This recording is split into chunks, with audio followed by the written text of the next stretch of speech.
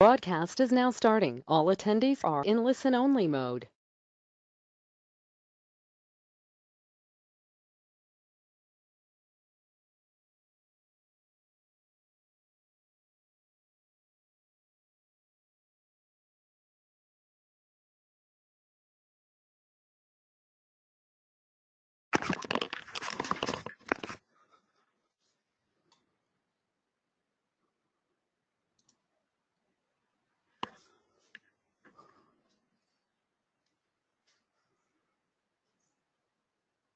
Hi, Mark. It's Shannon Rohan here from Share. I can see that you're online. Can you hear me okay?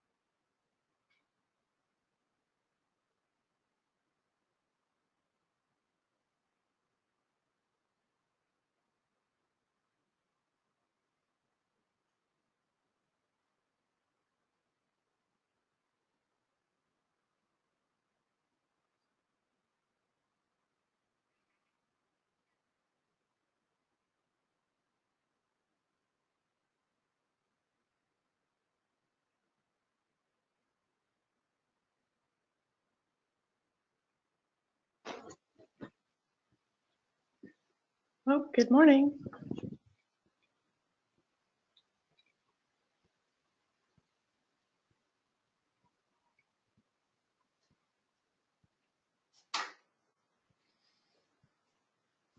Oh, good morning.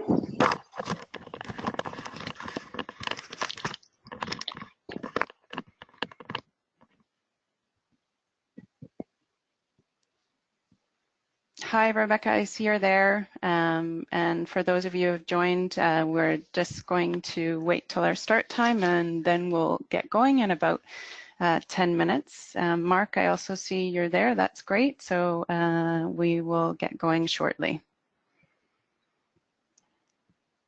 Awesome. Good morning. Good morning. Can you hear me?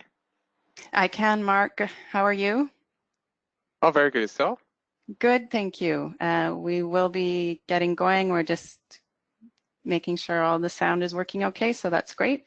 We have some attendees who have joined already, so that's great to see people anxious to get started, and we'll get going in about 10 minutes. Okay, thank you. Exactly.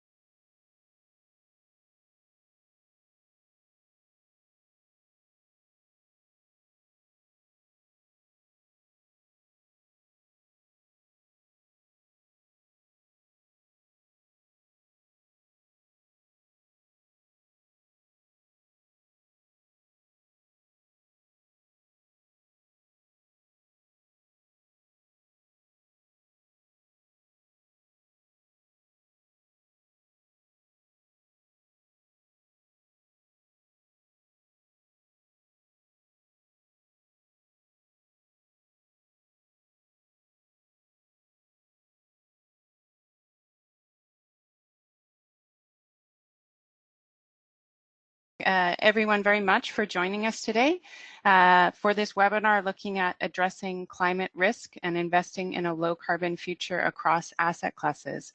My name is Shannon Rohan, and I am the Director of Responsible Investment Leadership at the Shareholder Association for Research and Education.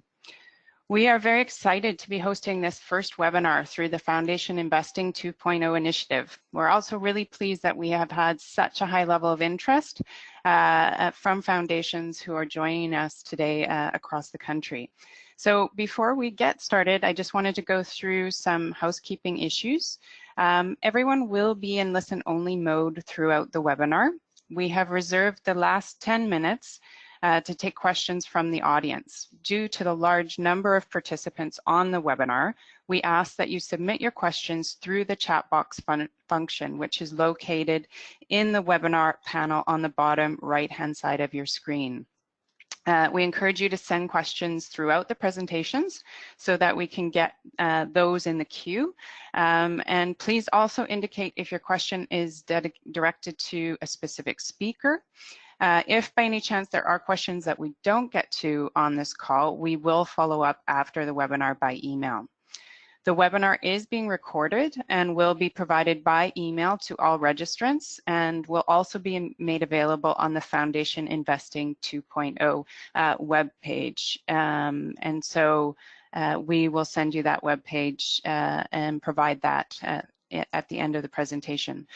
So I do want to hand it over at this point to Andrea Nemtum from Raleigh Assets, and she can introduce herself and tell you a bit more about our Foundation Investing 2.0.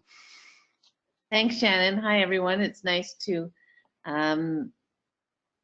not hear you, but know that you're all out there. And Shannon, it's great to hear you.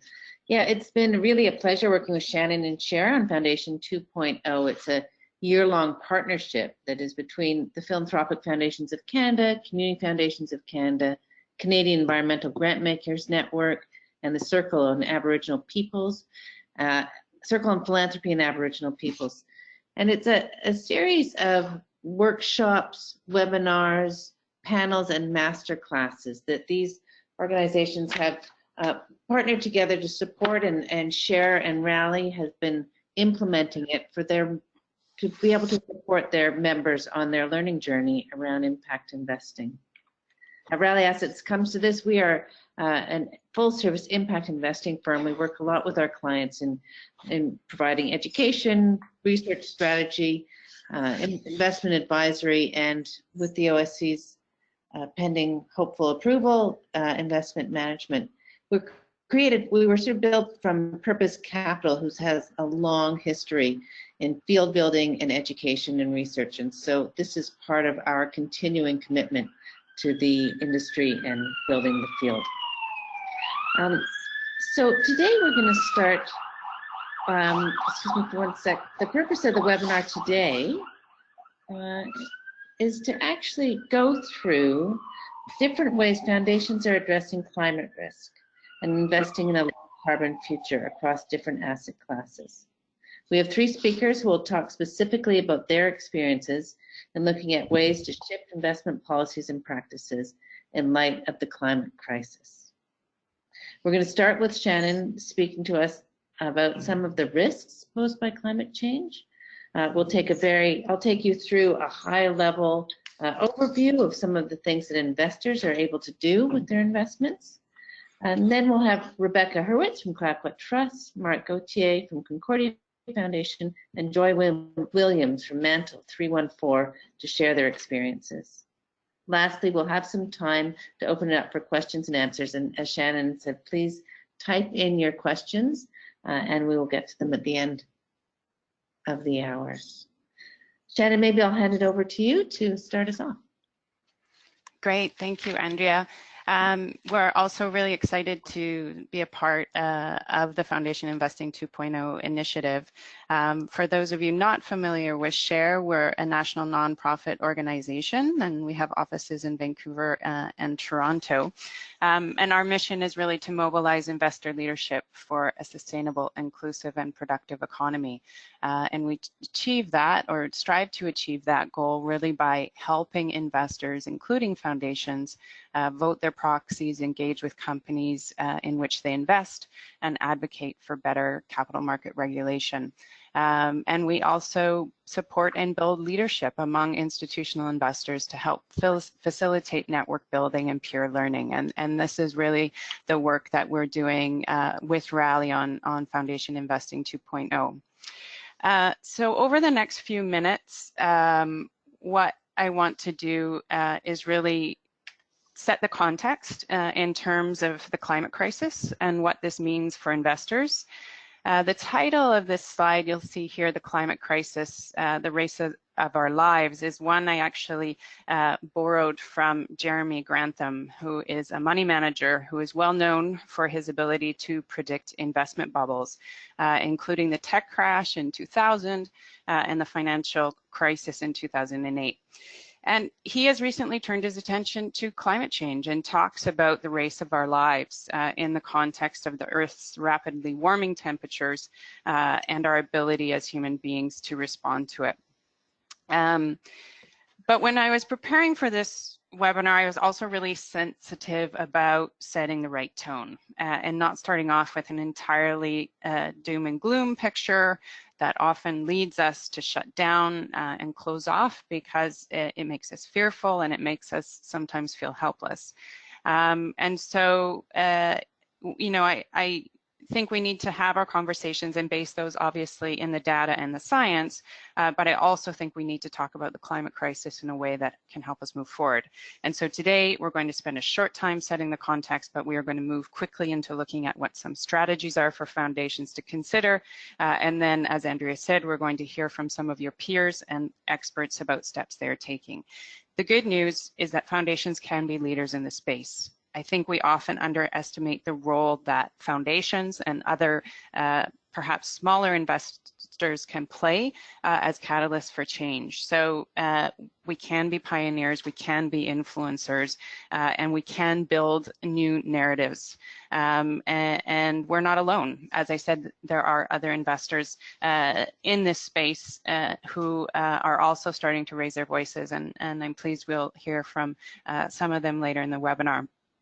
And so just to sort of start off, I think it's important to note that the climate crisis is not one discrete risk factor or even a set of factors, but really a macro disruption across all industries and geographies. Because the climate crisis is this macro level disruptor, it really does require responses from investors that are both ambitious and bold, and perhaps also somewhat disruptive. And that means looking differently at the investment tools and strategies that we've been using for the past 20 years. We probably need to look at if those are fit for purpose for the next 20 years. The image on the screen here is from the UN Intergovernmental Panel on Climate Change.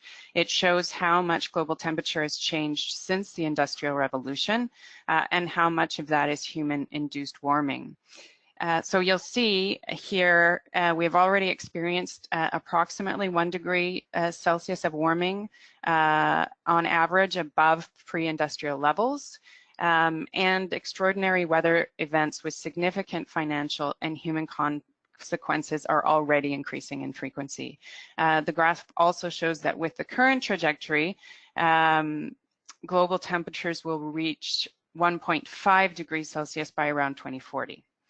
And so as you see the graph as it's moving along to the right, it's also showing some modeled pathways for future scenarios depending on our ability to get to net zero emissions. So this is, you know, a graph I'm sure many of you have already seen, but I think it provides sort of the big picture in terms of what we're looking at in terms of observed global temperatures.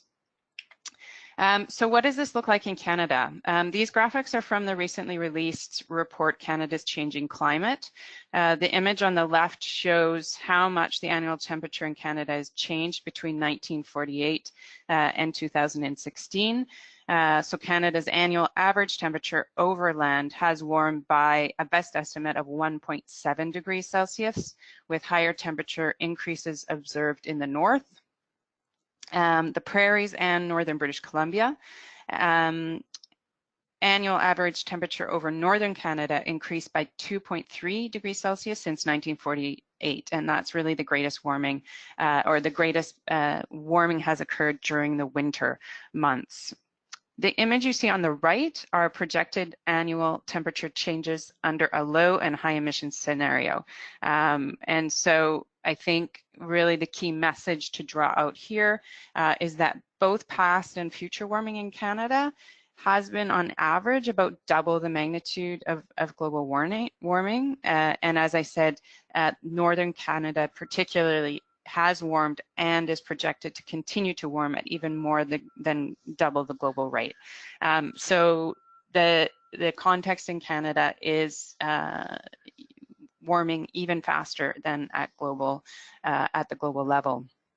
So what does this mean for investors? And when we think about the specific implications for investors, we often think about two broad categories of climate-related risks, which will impact investors' portfolio in the immediate, near, and long term.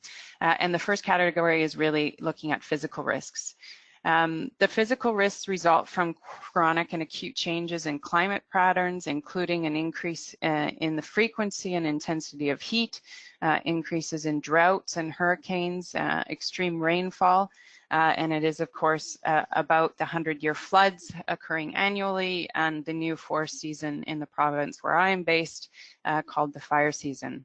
So these kinds of physical risks obviously can impact across your investment portfolio. They can impact real assets such as real estate and infrastructure. They can affect food and agriculture. They can affect mortgage portfolios. They can affect supply chains, and they can also drive movements of people and contribute to public health crises. What you see here on the slide on the right-hand side are some disaster statistics that help put this into a global perspective. The data is from a study that was conducted on total disaster-related economic losses and fatalities between 1998 and 2017. During this time, climate-related and geophysical disasters killed 1.3 million people and left further 4.4 billion people injured, homeless, or displaced, or in need of emergency assistance. And 91% of all disasters were caused by floods, storms, droughts, heat waves, and other extreme weather events. We see direct economic losses for disaster-hit countries. Those are valued at $2.9 trillion US dollars, and the research noted that climate-related disasters were valued at 2.2 trillion US dollars. So looking at these physical risks, I think it's important to go back and remember that the average expected warming in Canada has been and is projected to be double in the magnitude of global warming. So again, these kinds of risks, these kinds of floods that we've been seeing in Ontario and Quebec this year, the ongoing fires across Western Canada, these are things that we'll likely be seeing more of.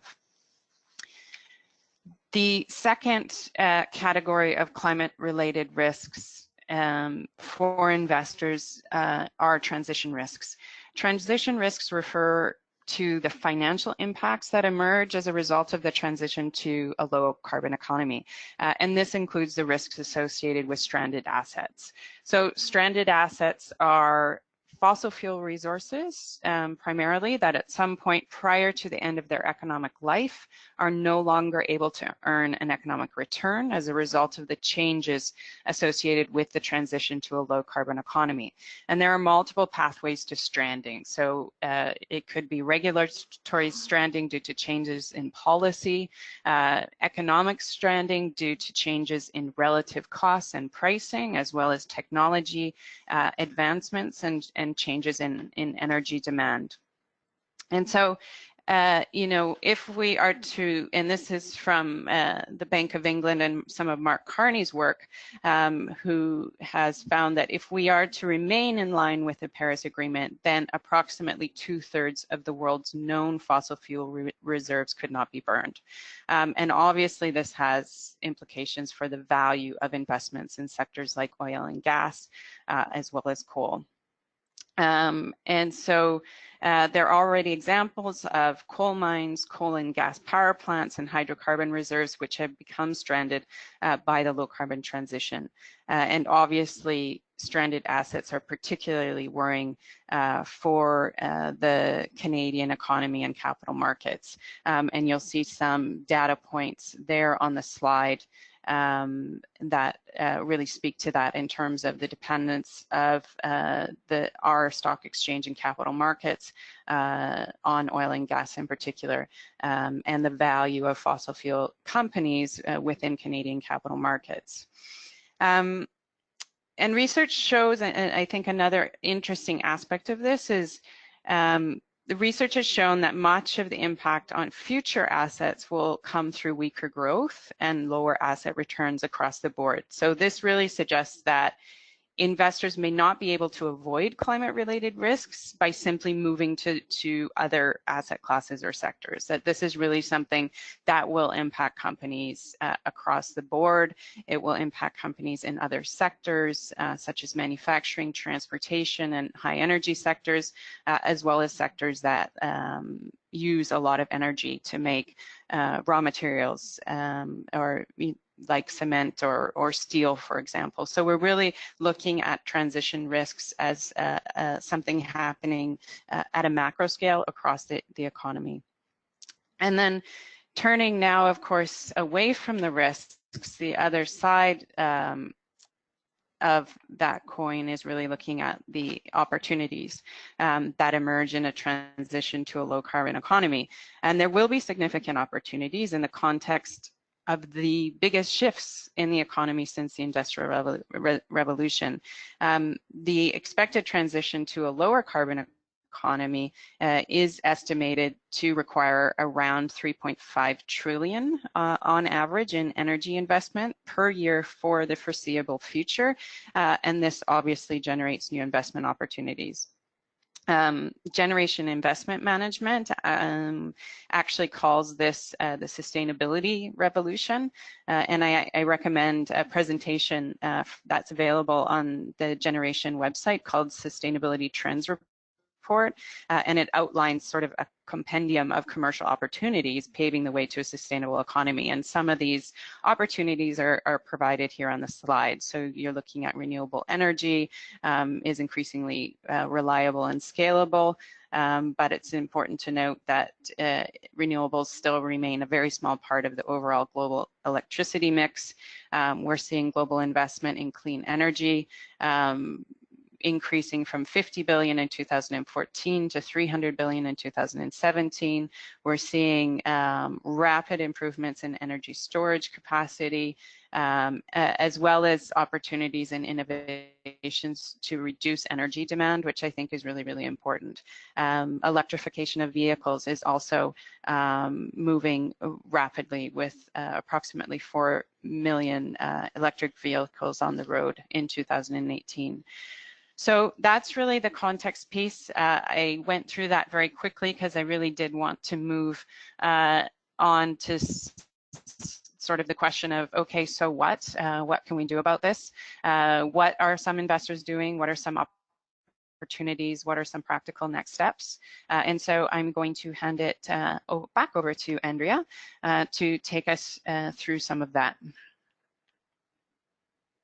Thanks, Shannon. So I think that what we hear from, so we're going to actually talk a little bit about what kind of actions we can take. And I think from everything that you were saying, Shannon, that we can really see that the way we invest our capital not only has the potential to have a positive effect on addressing climate change, but it's actually essential. And this can feel easier said than done. So we can all say, of course, we want to shift our assets to be able to address climate change, but what do you actually do? What's the first step? So often one of the first steps is to actually set a baseline, to start by understanding the effects of your current portfolio. What is in your portfolio? What do you own? What's the carbon output? You can find out the weighted carbon average. How is it doing in the environmental metrics of environmental, social, and governance evaluation? What sectors are you invested in? Is it heavily weighted in fossil fuel or fossil fuel related investments? These are all questions that your financial advisor or consultant should be able to answer. If they can't, you might want to engage a consultant or firm or research such as MSCI or Sustainalytics. And you also might ask yourself if it's important to your organization that your advisors consider these issues in their investment decision-making process, that it might be important that they actually know the answers to these questions. And so, because if they don't actually have the information, then how can they take these issues into consideration when they're making their decisions on what they want you to own? Once you have a good picture, you can decide if it's actually good enough. So if you look at your portfolio, you can actually measure it against a benchmark of carbon output or weighted carbon average. You can measure it against a benchmark of how other portfolios are doing from an environmental perspective in terms of ESG metrics. And you can even look at it in terms of how is it doing in terms of revenue exposure to issues around themes around climate change. And if you feel that you can do better, which we can all always do better, then there's some really very tactical, easy steps that you can do, and you can start to understand where you want to go. One of the most important things is to actually engage your current advisors and consultants.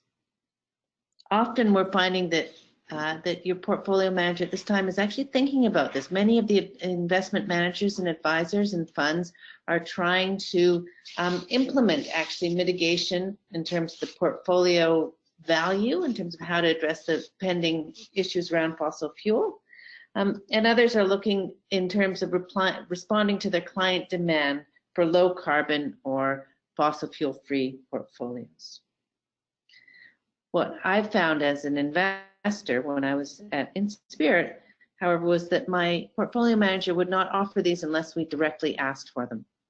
So even just having the conversation saying this is important to us as investors, and we are looking at this in terms of your performance and our investments performance, creates change in itself, opening up the questions. So once you have a baseline, then you can actually determine what are your targets for improvement. Strategies and opportunities in every asset class are available to invest in companies and funds that are helping to address climate change. You can invest in renewals, electric vehicles, energy efficiency. You may find that there are companies that you no longer want to be invested in. They may no longer meet your parameters. They may be below your benchmark. They may be below your benchmark on carbon output, weighted carbon average. You may have decided to divest from fossil fuel. If you divest from fossil fuel, then you might want to actually you're going to have to actually reinvest those funds. It's been recommended by a number of organizations and investment professionals that rather than, and this is not an investment recommendation, but rather than just spread the money from you're divesting from fossil fuels, you want to intentionally reinvest it. Others want to just, another option is to influence the just transition through engaging in current energy organizations and companies to be able to actually have them change their current practices, to be able to create change from within. This can be done through shareholder engagement, proxy voting, advocacy, and activism. And Shannon will tell us a little bit more about this. Just move on to the next slide.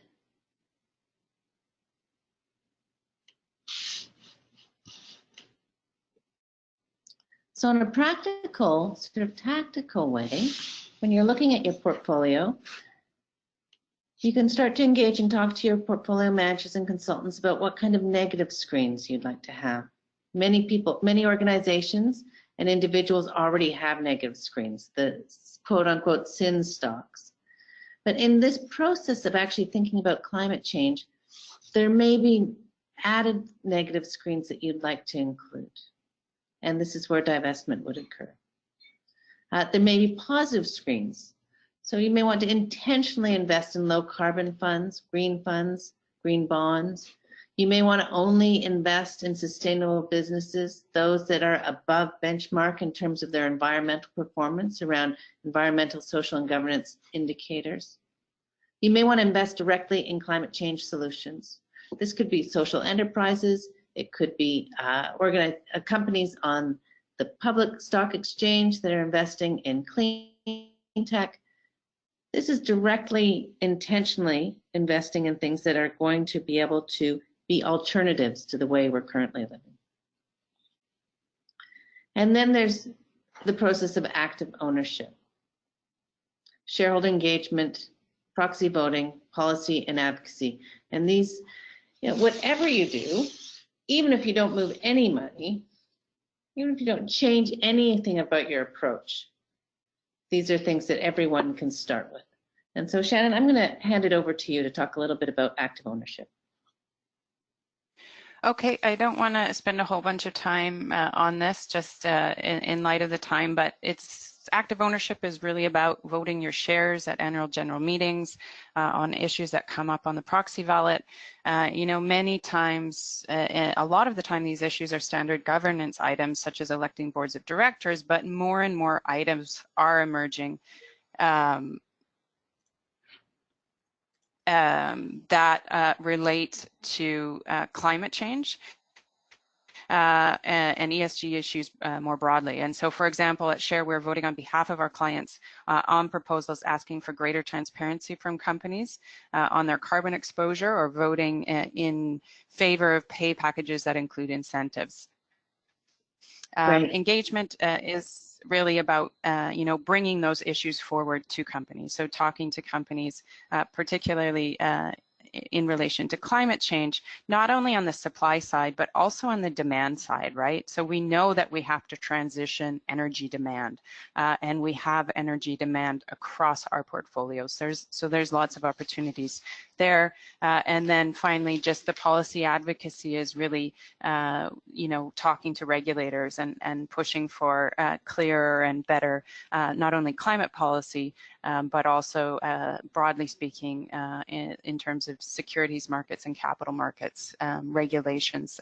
That makes sense and can help also facilitate the climate transition. So I don't want to go into any more detail about that. We can certainly talk about it in the questions, and I think some of our speakers will be raising some of these issues later in the webinar.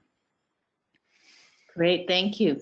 So the next slide just shows a few resources, and I understand that we're going to be sharing this presentation with you. And so I would encourage people to sort of search around and see what kind of activities are actually right for you and for your organization. Climate Action, there's over 300 investors and $33 trillion worth of assets that are actually committed to that in terms of pressuring large corporations.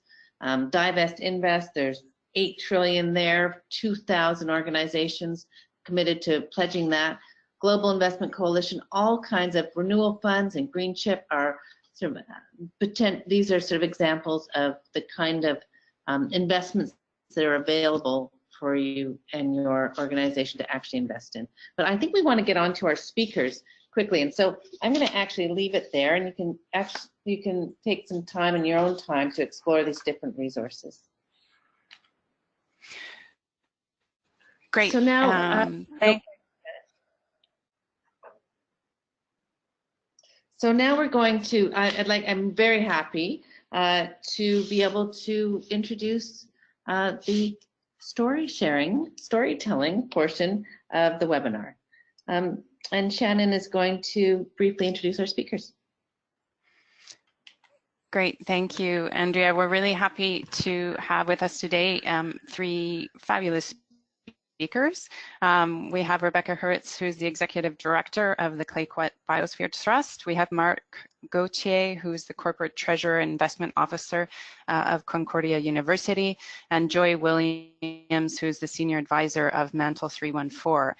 I will actually ask each of the speakers just to give a bit more background on their role and the work that they've done. And we'll actually start with Rebecca. So Rebecca, can you just briefly introduce yourself and tell us about the work of Clayoquot Biosphere Trust in terms of the investment side, and leading from there, really what led the Biosphere Trust towards fossil-free investing? Yeah, for sure. Thanks for the opportunity to share our story. So the Clayoquot Biosphere Trust is the organization that's responsible for the UNESCO Biosphere designation in Clayoquot Sound, and we're also the community foundation for the region. So we really hold the vision of working together to thrive in healthy places. We manage a $18 million endowment fund to support our own research and programs, as well as granting to other local organizations, and then 6 other funds that are part of our community foundation pool that's grown over the last few years. So really the UNESCO designation, it gives global recognition to our community and our regional commitment to live sustainably. And so, it's really intuitive, I think, that we would be interested in, moving as quickly as we can to respond to the climate crisis through our investments, as well as through our programs and our research. So it's part of our, I'd say, our holistic sort of model of giving, and how we incorporate the investments so that we're ensuring that our returns are not generated by activities that contribute to the issues we're working to resolve locally. So we were started with a gift from the federal government, really an initial endowment, and that came with a SRI mandate. And so we began there in 2000 and really used that best in sector ESG approach that was available at the time to ensure that we were investing in all of the industries, but we were cutting out those low performers from each of the sectors. And at the board table, this just was never good enough. It really was always a conversation around what we can add, looking at the sin stocks, looking at other screens and activities that the board wanted removed from our portfolio. And luckily, we've been working with Genesis Capital Management always since 2000. They've been really responsive to this. And in 2012, we're able to move from this best in sector approach to divesting. So, they're not wanting to be financing climate change. It's consistent with our values and our vision, and we're really appreciative of their capacity to allow us to go in that direction. And can you tell us a little bit more about some of the responsible investment strategies that you have put in place with Genesis? So talk a little bit about further about sort of the process of reducing exposure and then, divesting, and then also on the other side in terms of the shareholder action piece that Genesis brings. Yeah, thank you. I appreciate that you've got all those bullets up on the slide, because really it is the work of Genesis Capital Management, and we're so thankful that they're responsive, that they're forward thinking, with these different opportunities that they're pursuing, and we're just encouraging them on as a small community foundation on the far west coast. So their fossil fuel free funds do contain 0 fossil fuel reserves, and so that's eliminated the risks of stranded assets that have already been spoken about today.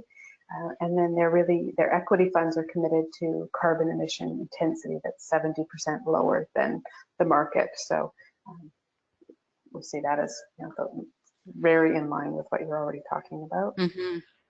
And then the engagement piece, they have many examples that they're sharing with us. They're engaging with Loblaw, for example, around electricity, and asking them to set ambitious GHG reduction targets, and talking to the banks about how they're transitioning their energy lending portfolios and looking for higher lending towards clean energy businesses and projects. So I think it's both on the reduced exposure side, and then those examples of shareholder action on our behalf.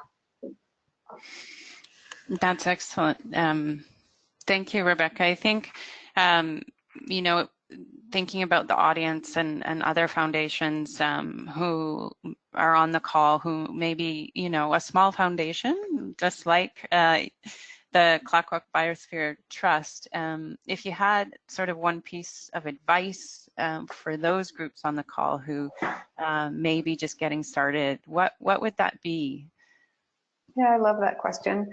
I think it really is this a good fit with your stage of development and with your values as an organization? Because for us, it was really, it's a no-brainer in terms of the values, but it did take those, that initial maturity as an organization around once we received those funds and really looking at our governance and understanding how we could use a philanthropic model at all of these different levels to be able to action around climate. So, there's lots of challenges at the board level before I think we're mature enough to be able to look at the values and see the alignment at all levels. And for me as a staff person, it's really, it's been an easy one because it's the expertise of Janice that lets us do this work. And it's a nice generative conversation at the board table that is, it's forward moving, it's aspirational, it's values aligned, but it's not actually a lot of work for me to do as a staff person in the middle because I'm not an investment professional. So it's not adding a lot of work to my band load. It's really my workload. So things to think about for others. Yeah, no, that's great. That is definitely a balancing act. So thank you, Rebecca. I'm sure that we might come back with some more questions for you in the Q&A. But I'd just like to turn over now back to Andrea, who is going to have a chat with Mark Gauthier from Concordia. Thank you. And thank you, Mark, for joining us today. And Concordia University Foundation is one of the first universities in Canada to commit to implementing responsible and impact investing approaches across all of their asset classes. And Mark, I'm hoping that you can start by telling us a little bit about your role and then share your experience in this journey of actually implementing this approach. Yes, thank you for inviting me. Yes, so part of my role as corporate treasurer and CIO, so not only do I oversee financial investment, both pension and foundation, but as well all of the capital investments and financing program at the university and corporate risk management of the university as well. So it allows me to have a very integrative approach towards sustainability. And so how this journey began, it's really the university about 4 years ago developed and got approved a new sustainability policy for its overall university. And so we made sure that it was not only limited to operational of the university, but as well as its academic and research program, but including on my end, both capital investment and financing, and as well as investment. So in that context, at the same time, Concordia, the foundation was it's a young foundation, but it was it's changed its vocation over time, where it became really the investment arm in the university, had multiple investment needs. So we had to change the investment structure. And so the combination of relooking at the complete structure of the foundation, as well as the university developing a sustainability policy, it allows it a possibility now to integrate both and really evolving the foundation, not only from an investment need, but as well as a sustainable need that led to many actions that we led.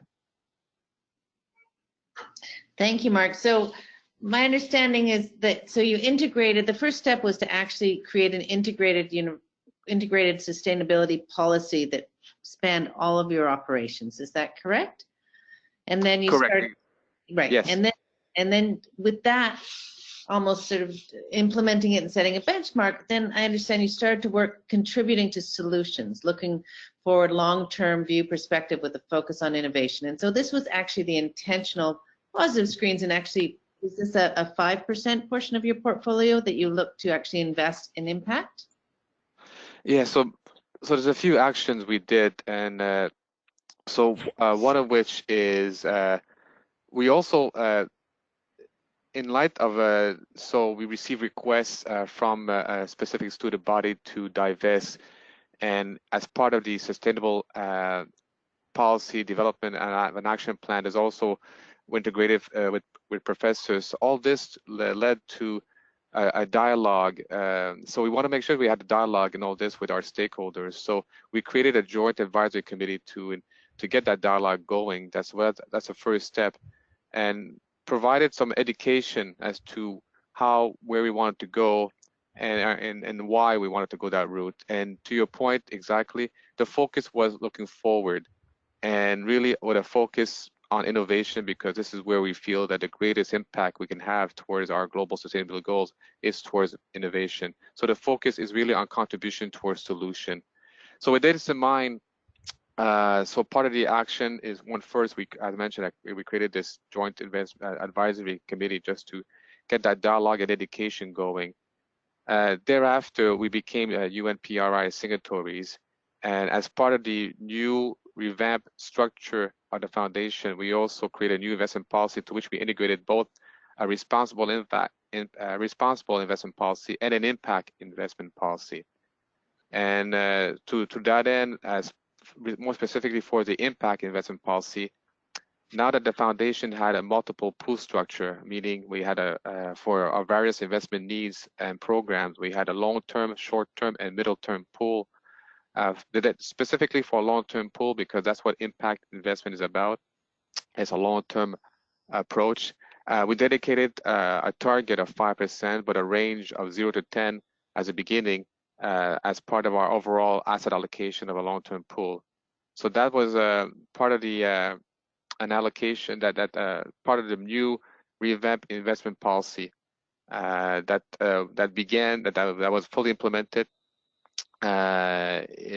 approved last year in 2018, and I have already allocated and got approved half of our allocation now towards impact investments within the first year. So it's great progress, great momentum, and at the same time, the university. This is on my treasurer side. I went to the financial market to raise about 75 million of long-term debentures in the market, and 25 of which was a sustainable bond. And we hired the firm of Vigeo Eiris to make sure that we were admissible to go towards this. And they analyzed us as being a top rank in terms of their criterias.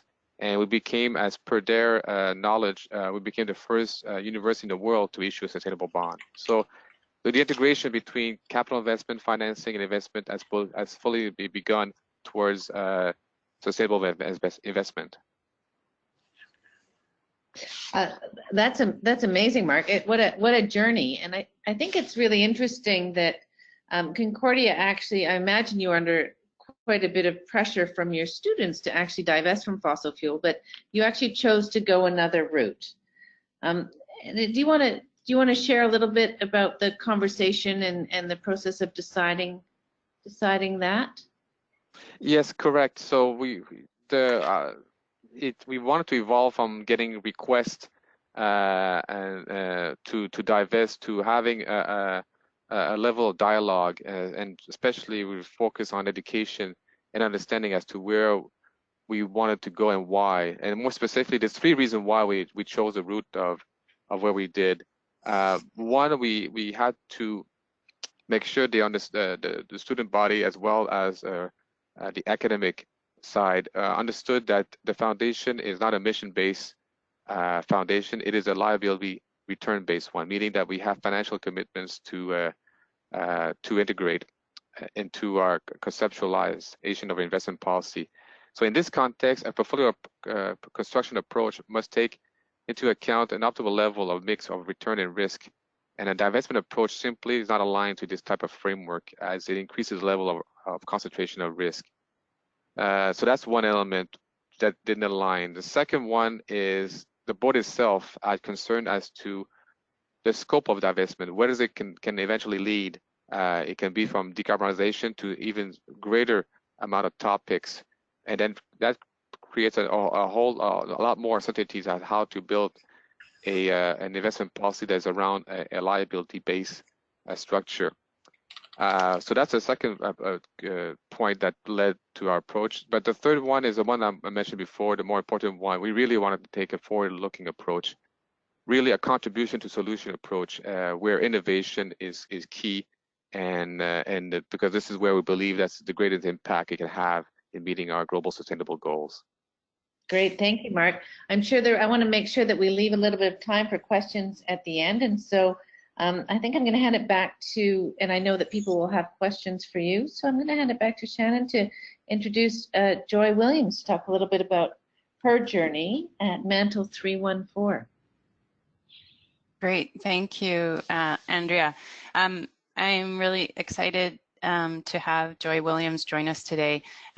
Joy is a senior advisor at Mantle 314, and I'll actually start out just by asking Joy, can you tell us a bit about your background? Because you have quite a diverse background and skill set, and have done some extremely interesting work recently with the New York State Common Retirement Fund. So can you just introduce a little bit about your background, and we'll go from there. Sure. And thanks for inviting me to be part of this. It's really great to see that this topic is becoming really something that is of interest across the financial space. My background has generally been in finance for the past 10 plus years, everything from venture cap and private equity to the larger asset owners.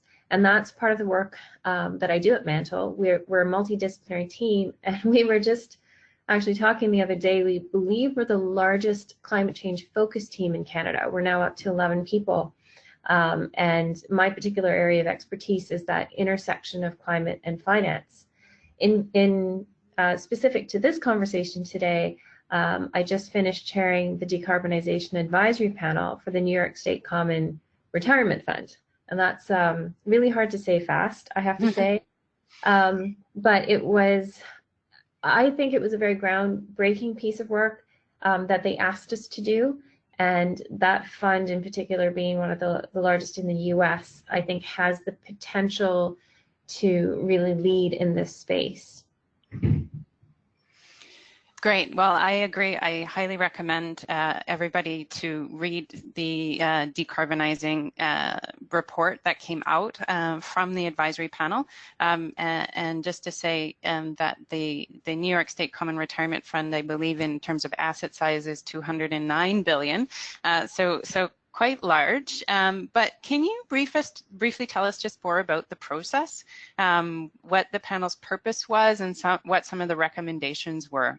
So what was the mandate you were given, what was the process that you went through with the panel, and what were some of the recommendations that came out of that? Yeah, that's a great question, because the name of the panel itself, Decarbonization Advisory Panel, and also the context with which this was really put together, which is there is a large divestment movement in New York State. So there was some assumptions before we started that it would be about how do you divest. In actual fact, we wanted to make sure that the charge we were given was broad. And you can see it on this slide here, that this is really across the board. How does a fund this large manage in risks and opportunities, specifically in light of the transition? So the 6 of us who sat on the panel were really, really glad to get such a broad charge, because we felt this was the right question. If you're a fund who needs to prepare for what's coming, divestment is just far too narrow of a question, and there's lots of other complications with that, whereas climate change goes across the entire portfolio. And to really look at how a fund might be affected, you need to look at the whole question, in other words. And for those of you who don't know, the Common Retirement Fund is a sole trustee model. So we advise the controller, the trustee, not the investment teams, and then he can give direction to the investment teams. But I have to say, all of the investment teams were very engaged throughout this process. This is not a new topic to the fund, so a lot of the groundwork was done for us. And over the course of a year, we met several times with everyone and were able to hear what their concerns were, what their challenges were, and really hone in on advice that would be particularly useful to them. So did you want me to just jump into the recommendations? Yeah, that would be great. Okay, sure. So there's 3 parts to the report for those of you who get a chance to download it and read it. It's public. And they're the beliefs, the key recommendations, and the supporting recommendations. I think if you go to the next slide, there's a reason we set out the main part of the report's only about 15 pages. And the reason that we spent, I think 3 or 4 pages, so at least a fifth of the report on the beliefs, is that it was really important to convey the business case for what we set out in terms of the key ambition. And the one belief that I would pick out is this one that I put on the slide. And I think, Shannon, you mentioned this earlier, that climate's really on the macro scale. It's not a single risk factor. And if you have the mindset that it's something that will fundamentally disrupt economies, then you start to look at it differently within your investment strategy. And the conversations you have with managers and beneficiaries become quite different. Also, that sets up the key ambition, because if climate change is this phenomena across economies and geographies, then you do have to look at the entire portfolio. And this is where the panel got ambitious, where we said the entire portfolio should be made consistent with the 2-degree or lower future. And that is a pretty scary statement to most investors. Certainly not just the fund, but I've spoken to many others since this is public, and that's just like, that's a gut reaction by many investors. It's like, how can you possibly do this? And really, the proof is in the details. We define this as not only assets that might be climate solutions. In fact, we had a whole recommendation about climate solutions, but to also be smart about this, that there may be several things in your portfolio that are neutral to climate, or at least climate is quite far down on that list of priorities for particular investments. And that's okay. The other thing that we set up and tried to recognize is that none of this happens overnight. Certainly nobody pivots an entire portfolio that quickly. It's going to be a journey. And the tools which make up the bulk of the recommendations start to lay out things that are very flexible in terms of where they can be applied, to whom they can be applied, how they change, and how they can take into account new information as we move along the pathway of transition, for example. Yeah, so there's a lot to unpack in the 15 pages. Yeah, no, it certainly is a lot of really valuable information to fit in. And so I want to ask you sort of one additional question, a bit of a quick response if you can. What is the one thing that investors are doing today that is exposing them to climate risk based on the work that you're doing broadly with Mantle, but also based on the work that you did with the advisory panel?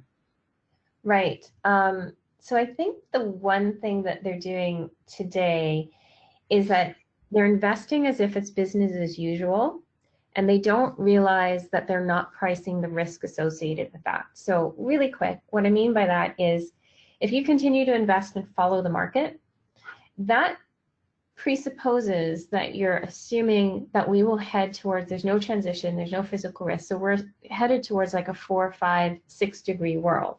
But we actually know quite a bit about the physical impacts in those types of scenarios.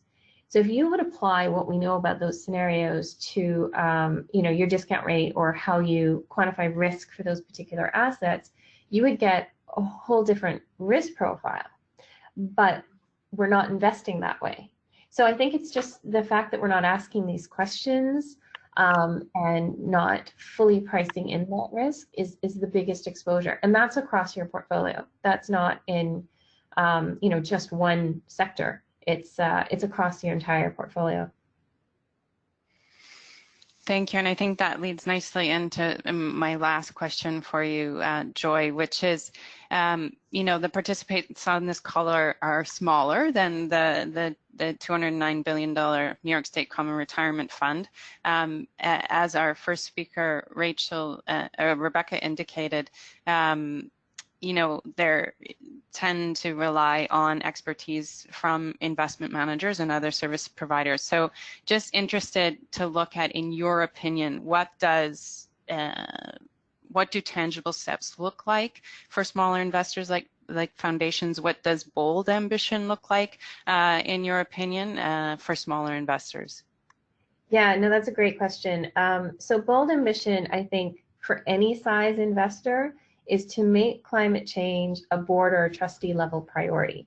So if you take the word climate out of it and you just say, hey, there's this issue that has the potential to disrupt our entire portfolio and change the makeup of the market, then wouldn't the board want to talk about that? Or your executive team, your CIO, your CEO? If you take that word climate out of it, that test probably holds true for a lot of people. The word climate does tend to perhaps evoke a particular mindset. So, you know, easy first steps that we put into, or not necessarily easy, but quick wins that we put into the recommendation. One is around education. And we actually thought that there's a lot more education needed, both internally and externally, for various different reasons, because climate is not a topic that's taught anywhere in finance or in directors.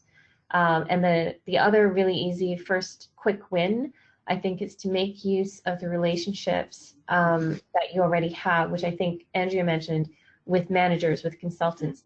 Those relationships exist, so just get the conversation started. Okay, great. Well, thank you so much, Joy. We are going to move into questions. We have a few minutes and a number of questions that have come through. One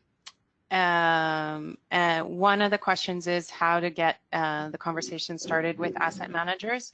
I'm going to say, I think as a follow-up to this webinar, we'll be producing a little bit of guidance exactly on that to help you have a set of questions and also different ways that you might evaluate managers on their performance.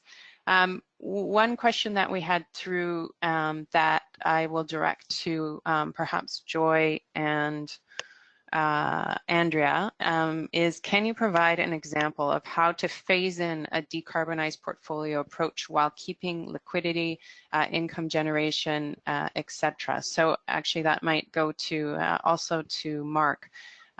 Joy, do you have any comments on that question?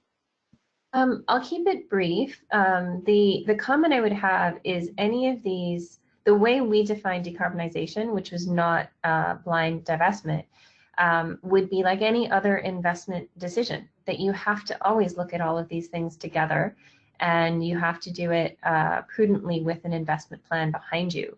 So it's not, going decarbonized is not synonymous with sacrificing liquidity or income generation. Okay, thank you. Mark, do you have any responses or comments to that question? I can repeat the question if you need. No, I'm good. Phase in decarbonization.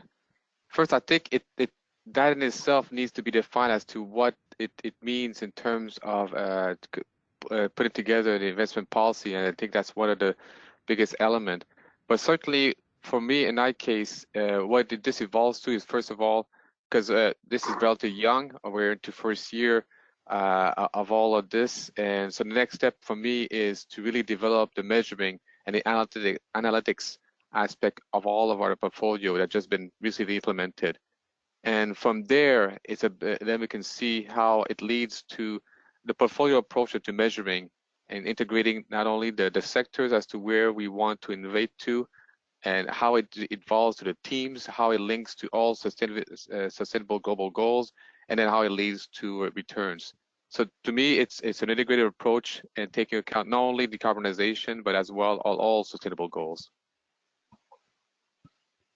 Excellent, thanks, Mark. Andrea, do you have anything to add there around the challenges related to liquidity and income generation? Yeah, sure. Thanks, Shannon. Just very briefly, I think that the amount of liquidity and income that you need in your portfolio are static. That these are clear pieces that you have to hit, and within those parameters, within that sandbox, you can then evaluate all of your investments based on how they are performing from a carbon perspective. And so it goes into, as both Joy and Mark have suggested, it goes in holistically incorporated into the investment approach. And with each investment decisions, decision, you choose how it's going to affect you in terms of your target of lowering your carbon. This is how we did it at Inspirit when I was there, and it's how we see many of our clients at Rally are incorporating this process into their approach. Excellent. Thank you, Andrea. So I'm cognizant of time. As I said, there was a question about working effectively with managers, and that will be a resource that we will be developing following up on this call to help folks have some meaningful conversations with their service providers on climate change. And so I do want to just move along in terms of what we have coming up. With the Foundation Investing 2.0 initiative. Andrea, you were going to talk a bit about our upcoming webinar and other events. Yeah, absolutely. Thanks, Shannon. So what we're hoping from this webinar is that you'll think a little bit about what you might do in the next couple of days, couple of weeks, couple of months. And I want to let you know what we are going to do. Shannon's going to be sharing the recording. We're going to be sending you a survey to get some feedback. And then on June 25th, we have our next webinar in this series, which is Advancing Reconciliation and Growing the Indigenous Economy, a Role for Investors. And so in this webinar, we're going to explore how investors can have a positive impact on actually moving us as a country and as a society towards greater reconciliation.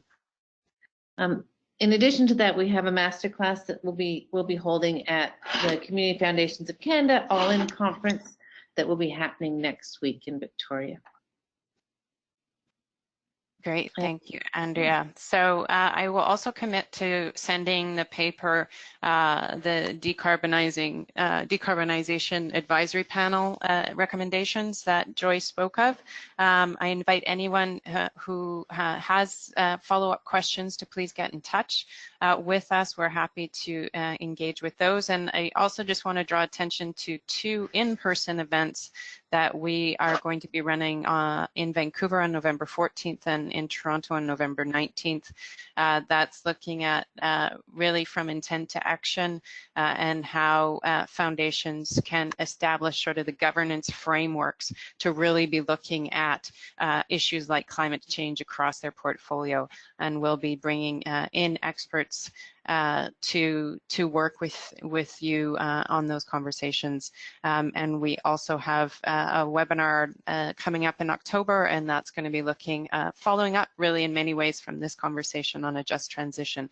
So I want to thank everyone for your participation. We will be in touch with the recording of the webinar as well as a short survey to help us improve and make sure that these webinars are really providing value to you. So thank you to everyone. Thank you to all of our supporters and to our speakers today who took time to really provide their experience and expertise. That was hugely valuable. So thank you, Rebecca, Mark, and Joy for that.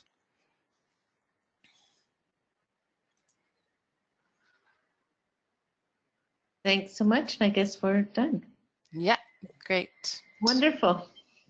Thank you, Shannon.